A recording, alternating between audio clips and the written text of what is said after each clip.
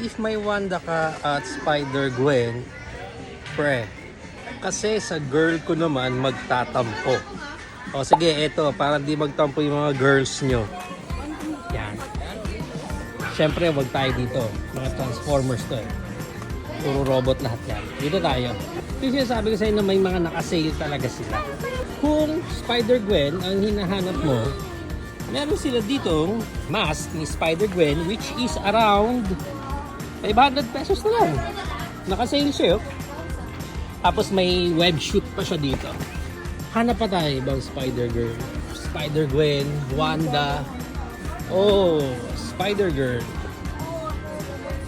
This one is 799. Hanap pa tayong ibang characters kung meron ha. Yan, usually maghahanap din kayo. Tingnan nyo sa loob-loob kasi baka meron. Grabe to. Naka 50% guys so. 50% dito sa Toys R Us. 500 pesos na lang to. Cyborg Spider-Woman.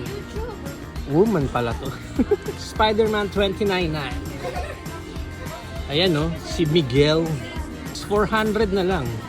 Looks like semi-articulated lang siya. Yung tuhod niya hindi ganong articulated. Sa mga braso lang.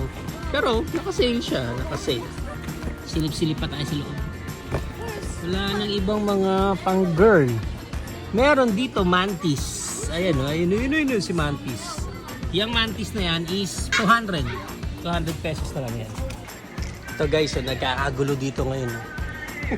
Walang lamay stand pero ako ipo-pull out to mga to or maglalagay ng bagong stock basta nandito lahat may mga Masterverse ayan may mga He-Man so syempre titingnan natin to baka may makuha tayo.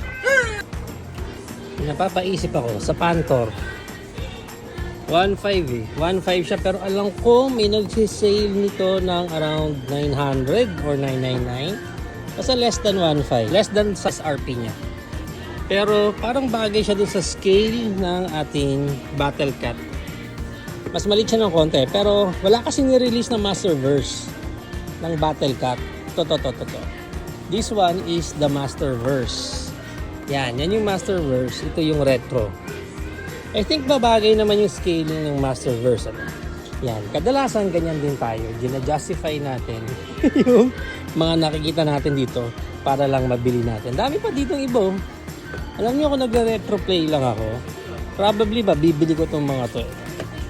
Kaso hindi nga lang nakasale. Ang mga nakasale lang nila is He-Man Masters of the Universe. Yung animation, Netflix yan. Meron sila ditong King Randor. Oh, nice.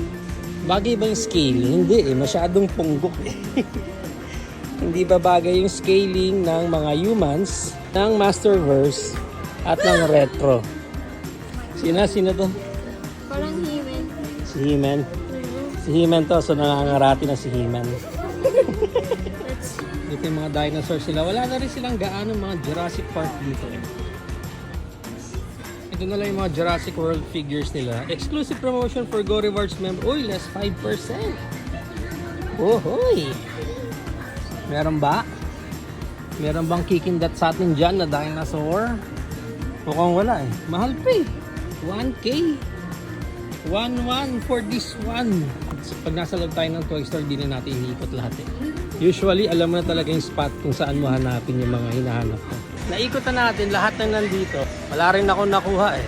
Buti naman, hindi tayo mapapagastos ngayon. Wala akong nakitang toy na pwede kong bilhin. So, exit na tayo dito. Kaya pa na tayo. Malin? Yung item ko. Ay. May dumikit guys. May dumikit. Kabayaran ba to? Ay, hindi ko na lang siya. Hindi ko alam. Ba't nahawakan ko to eh. Kailangan ba? Sa cashier na lang? Kailangan sila eh. Ay, sige, thank you. Nahuli pa. Hindi ko alam na dumikit sa kamay ko. Hindi ko alam. Sige na. Magbabayad muna tayo dito guys.